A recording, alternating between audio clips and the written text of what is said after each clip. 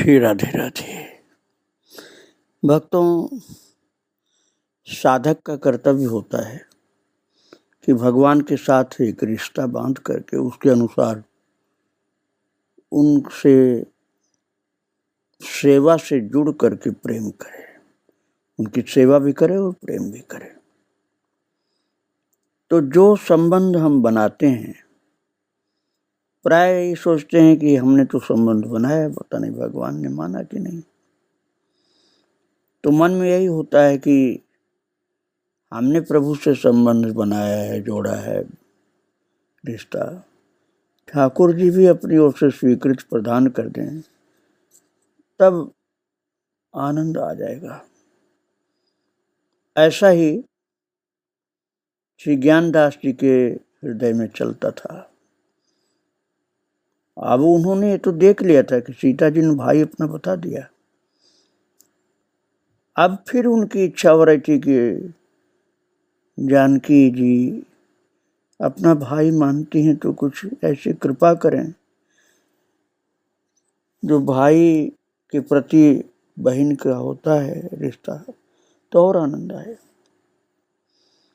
सन 1986 की बात है भक्तों, जहाँ नौकरी करते थे वहाँ के कई लोग परिवार सहित अयोध्या जी जा रहे थे।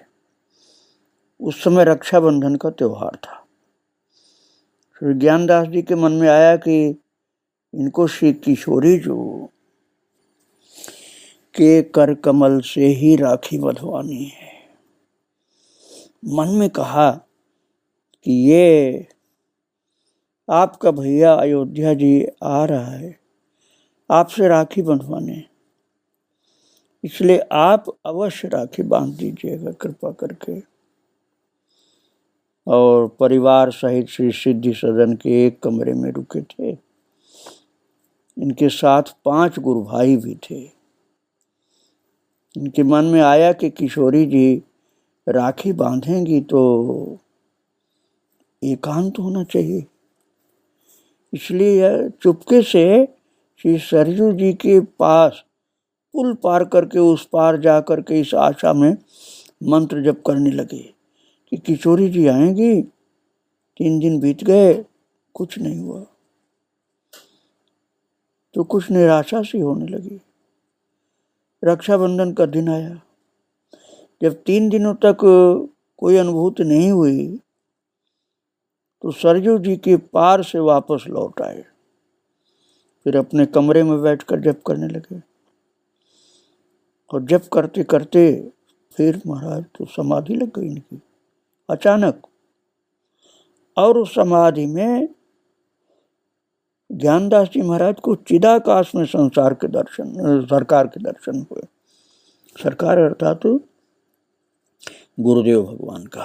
श्री रामकृष्ण दास जी को मैंने बताया ना, ये लोग सरकार कहते थे, तो इनको आकाश में अपने गुरुदेव भगवान के दर्शन हुए और देखा कि सरकार सुंदर से आसन पर विराज रहे हैं। और कुछ देर बाद सरकार का रूप बदल गया, अर्थात गुरुदेव भगवान राम जी हो गए, राम जी के रूप में परिवर्तित हो गए। फिर कुछ देर बाद वो किशोरी जी के रूप में परिवर्तित हो गए। ऐसे कई बार सरकार, राम जी और किशोरी जी का रूप बदलता हुआ देखा इन्होंने। अंत में केवल किशोरी जी का स्वरूप बचा और सब अंतर्धान हो गए। किशोरी जी अर्थात सीता जी। तो सीता जी ने कहा, भैया हम आपको राखी बांधेंगे लेकिन इस स्वरूप में नहीं। और महाराज इतना बोलते ही वो दृश्य गायब हो गया। तब इनके नेत्र खुले और देखा कि जिस कक्ष में ज्ञानदास जी थे वहां से सब गुरु भाई वापस जा रहे हैं। उस समय एक वृद्ध माता जी कमरे के दरवाजे पर बैठी थी और ज्ञानदास के गुरु भाइयों से कह रही थी कि हमसे राखी बंधवा लो। गुरु भाइयों ने पूछा कि आप कहाँ की हैं? तो वृद्ध माता ने उत्तर दिया कि मैं अयोध्या की हूँ। तो ज्ञानदास जी के गुरु भाई उनसे कहे कि हम मिथिला के हैं और आप अयोध्या की हैं, इसलिए हम आपसे राखी नहीं बंधवाएंगे, क्योंकि ससुराल वाली बात हो गई ना माता की ससुराल में, और भाई वाली बात वहाँ नहीं जम रही थी। मायके के हो तो भाई माने जाएंगे, तो इसलिए सब लोग चले गए कहकर कि आप मिथिला की हो, हम मिथिला के हैं और आप अपने को मिथिला की न बता के अयोध्या की बता रही हैं, तो हम कैसे राखी बंधवाएं। तो कोई राखी नहीं बंधवाया उनसे। और उसके बाद ज्ञानदास जी के कक्ष में केवल ज्ञानदास जी, उनकी धर्मपत्नी, उनका बेटा, 3 लोग बचे। वृद्ध माता जी ने इनकी श्रीमती जी से, ज्ञानदास जी के धर्मपत्नी से निवेदन किया कि वो इनसे बोलें कि आप उनसे राखी बंधवा लो।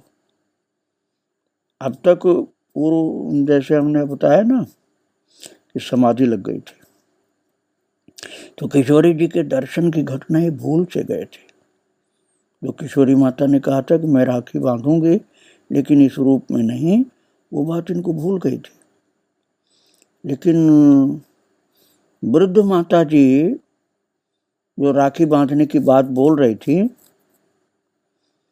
उनसे इन्होंने कह दिया ठीक है आप बांध सकती। अब ये उस समय इनको याद नहीं था कि जानकी जी, ये वृद्ध माता जी हैं ऐसा ही मान रहे थे, लेकिन फिर भी उनका भाव देख करके राखी बंधवा लिया। और जो कुछ जेब में था वो अपनी जेब से निकाल करके उन माता जी के हाथ पर दे दिया और उनके चरण भी छू लिए। तब उसके बाद किशोरी जी की कही बात का स्मरण हो आया, और तब आप जैसे ही उन माता जी को देखने के लिए थोड़ा सा उधर मुंह फेरे, उनकी ओर देखने लगे, तो महाराज वहां तो कोई था ही नहीं।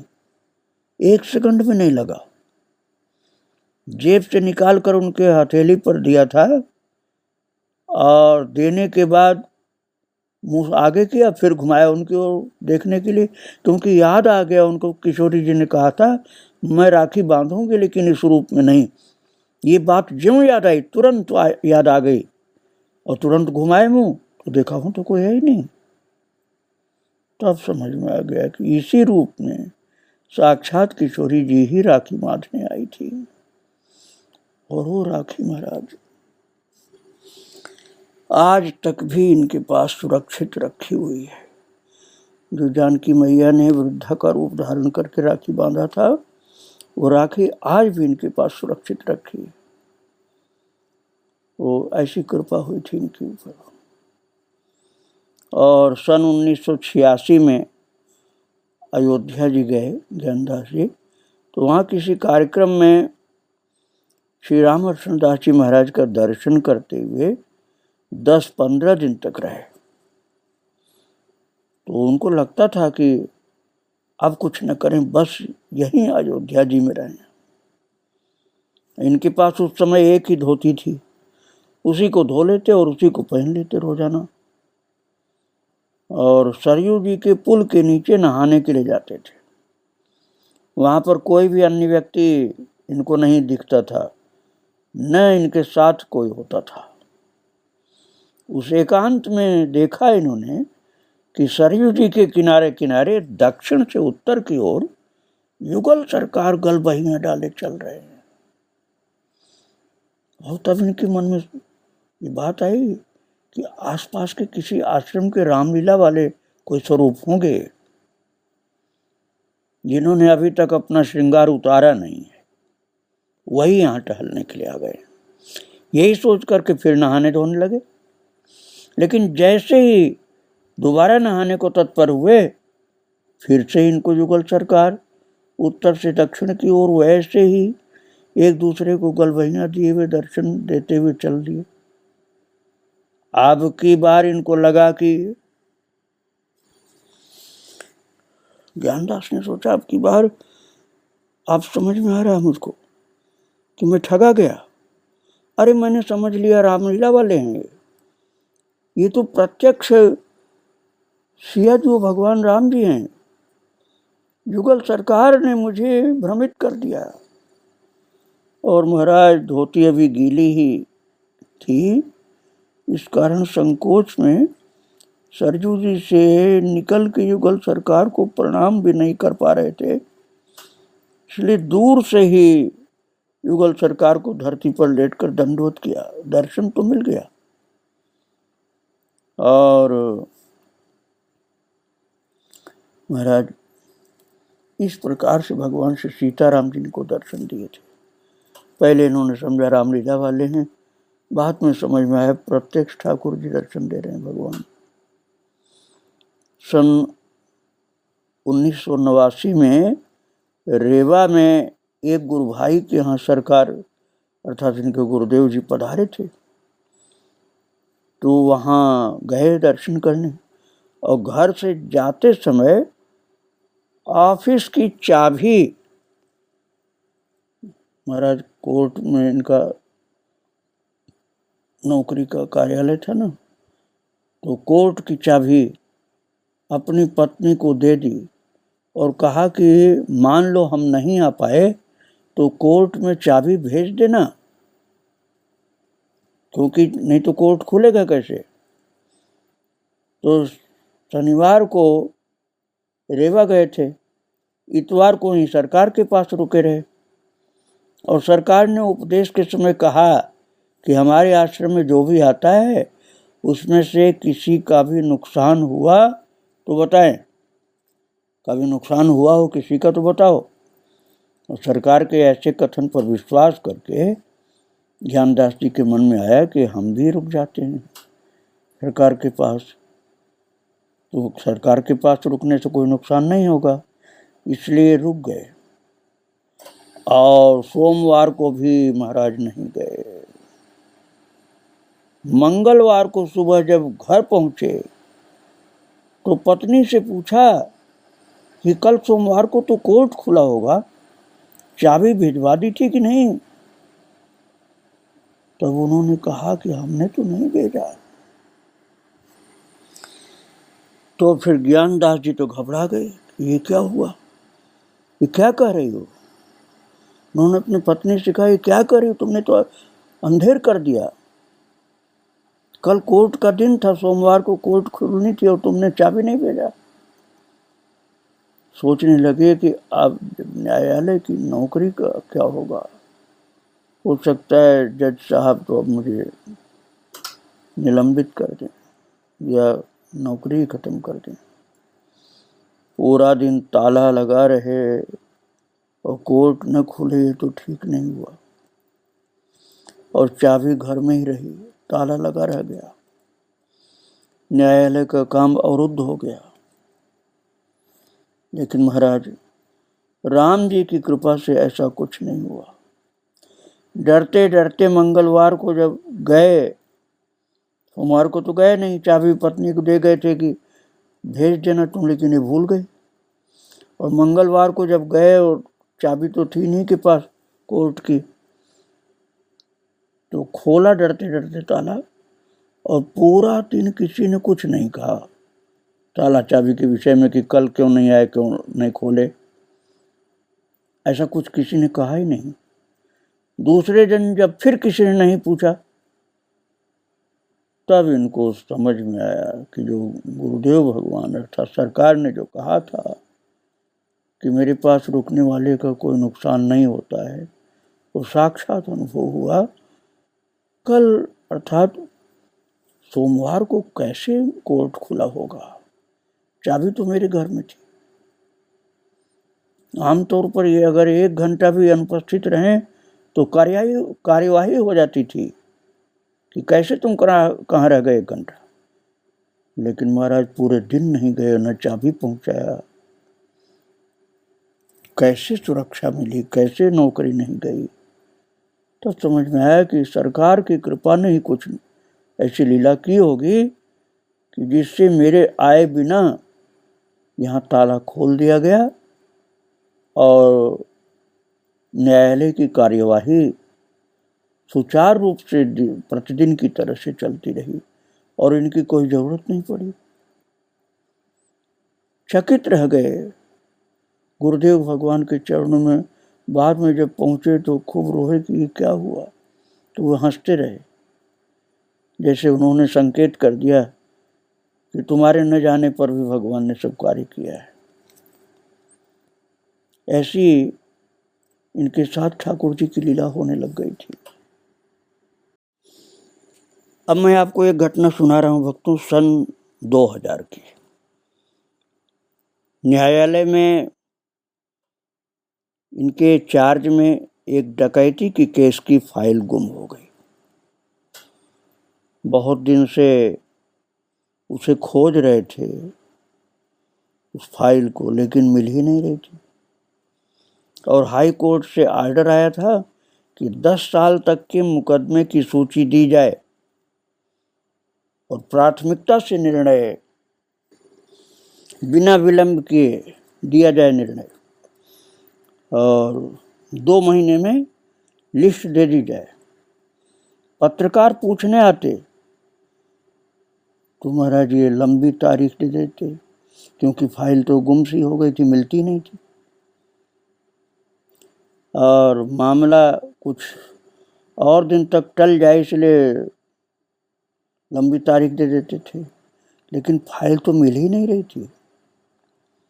इस चिंता में इनका खाना पीना सब बंद हो गया और समझ में नहीं आ रहा था कि क्या करें, अपनी समस्या किससे कहें। सीधी में एक विशाल मंदिर बना हुआ है, जिसमें एक और सरकार अर्थात श्री रामकृष्ण दास जी और एक और श्री हनुमान जी है, और बीच में श्री सीताराम जी विराजमान है। तो ज्ञानदास जी महाराज इतवार के दिन उस मंदिर गए और सोचा कि सरकार को क्या कष्ट देना, श्री हनुमान जी, अब आप विचार कर लो हनुमान जी से क्या संबंध है, क्योंकि ज्ञानदास जी जानकी जी के भाई हैं, जानकी जी ने स्वयं भैया कह दिया था, तो जानकी जी के भाई हैं और जानकी जी हनुमान जी को पुत्र कहती हैं, तो हनुमान जी जानकी जी के पुत्र हैं और ज्ञानदास जी जानकी जी के भाई हैं, तो जो संबंध है उसमें भांजे लगते हैं हनुमान जी और ये मामा लगते हैं, क्योंकि जानकी जी के भाई हैं और जानकी जी के पुत्र हैं हनुमान जी, तो हनुमान जी भांजे लगे और ज्ञानदास जी मामा लगे। तो महाराज हनुमान जी से ही कहा इन्होंने मंदिर में कि हम आपको भांजा मानते हैं। अब आप देखो कितना सच्चा रिश्ता है इनका कि इन्होंने हनुमान जी को सीधा बोल दिया कि हम आपको भांजा मानते हैं, क्योंकि श्री किशोरी जी के बेटे हो आप, वो किशोरी जी के बेटे के नाते हम आपको भांजा मानते हैं और मैं आपका मामा हूँ। तो मंदिर में बड़े कितना विश्वास होगा इनको कि इन्होंने हनुमान जी से कहा, हे भांजेलाल आप संकट मोचन हो ना, तो आप सबके संकट मिटा देते हैं, तो आप हमारी क्यों नहीं सुन रहे हो? ये फाइल नहीं मिल रही है और हमारे ऊपर बड़ा भारी संकट है कि फाइल नहीं मिल पा रही, तो हम आपको भांजा मान करके आदेश दे रहे हैं कि आप हर हाल में कल तक फाइल खोज करके हमको दे दो। अब हम जा रहे हैं, लेकिन हमने आपको सिया जी के संबंध के कारण आदेश दे दिया है, क्योंकि मैं आपका मामा हूँ। फाइल खोजने के लिए आदेश मैंने दे दिया आपको। अब सुबह महाराज कोर्ट गए तो अलमारी खोले जब, तो इनको लगा कि जैसे श्री हनुमान जी कह रहे हैं, इनको लग रहा था ऐसे कि पता नहीं कहाँ से इनको अंदर गूंज रही थी आवाज कि हनुमान जी कह रहे हैं कि एक एक फाइल खोल के देखिए। महाराज फिर एक एक पन्ना देखा और 1.5 घंटे खोजने पर मिल गई वो फाइल, जिसके लिए भारी संकट इनके ऊपर आ गया था। और वो फाइल जिसे खोजते खोजते 1.5 साल बीत गए थे। फिर हनुमान जी ने अपने मामा जी की बात सुन ली और इनको बड़ी प्रसन्नता हुई। 1.5 साल में नहीं मिली और 1-1.5 घंटे के अंदर मिल गई। हनुमान जी ने खुजवा दिया। हनुमान जी ने फाइल खुजवा करके इनको दे दी, बता दिया कि एक एक पन्ना देखो, मिल जाएगी। 1.5 साल में नहीं मिली, 1.5 घंटे में मिल गई। कष्ट इनका दूर कर दिया हनुमान जी ने। तो इस प्रकार से चमत्कार होने लगे इनके साथ। और सन 2002 की बात है, उस समय हर्निया के रोग से ग्रसित थे, तो दर्द बहुत हो रहा था। घर पर मात्र इनका छोटा वाला बच्चा था, वही इनको अस्पताल ले गया। डॉक्टर ने कहा कि ऑपरेशन होगा, और डॉक्टर ने यह भी कहा कि मैं आपको पीठ में बेहोश करने वाला इंजेक्शन रीढ़ में लगाऊंगा। तो जब बेहोश करने का इंजेक्शन लगाऊंगा, आप बेहोश हो जाओगे, आपका बोलना बंद हो जाएगा, तब ये काम किया जाएगा। तो महाराज उस समय इनके सामने प्रभु श्री सीताराम जी के विवाह की झांकी प्रकट हो गई, और आंख बंद किए थे और भीतर से हूं ऐसे कर रहे थे। तो इनको ऐसा लग रहा था कि ऊपर दीवार की ओर देख रहे हैं, और वहां युगल से सीताराम जी खड़े दिख रहे हैं। और महाराज ज्ञानदास जी भगवान के श्री सीताराम जी के चरण चूम रहे थे, साथ ही साथ सोच रहे थे कि अगर यही अस्पताल में आज मैं मर गया तो कितना सौभाग्य होगा कि हम युगल के चरण चूमते हुए मरेंगे। इस प्रकार झांकी देखने के बाद वहाँ अस्पताल के बिस्तर पर हूँ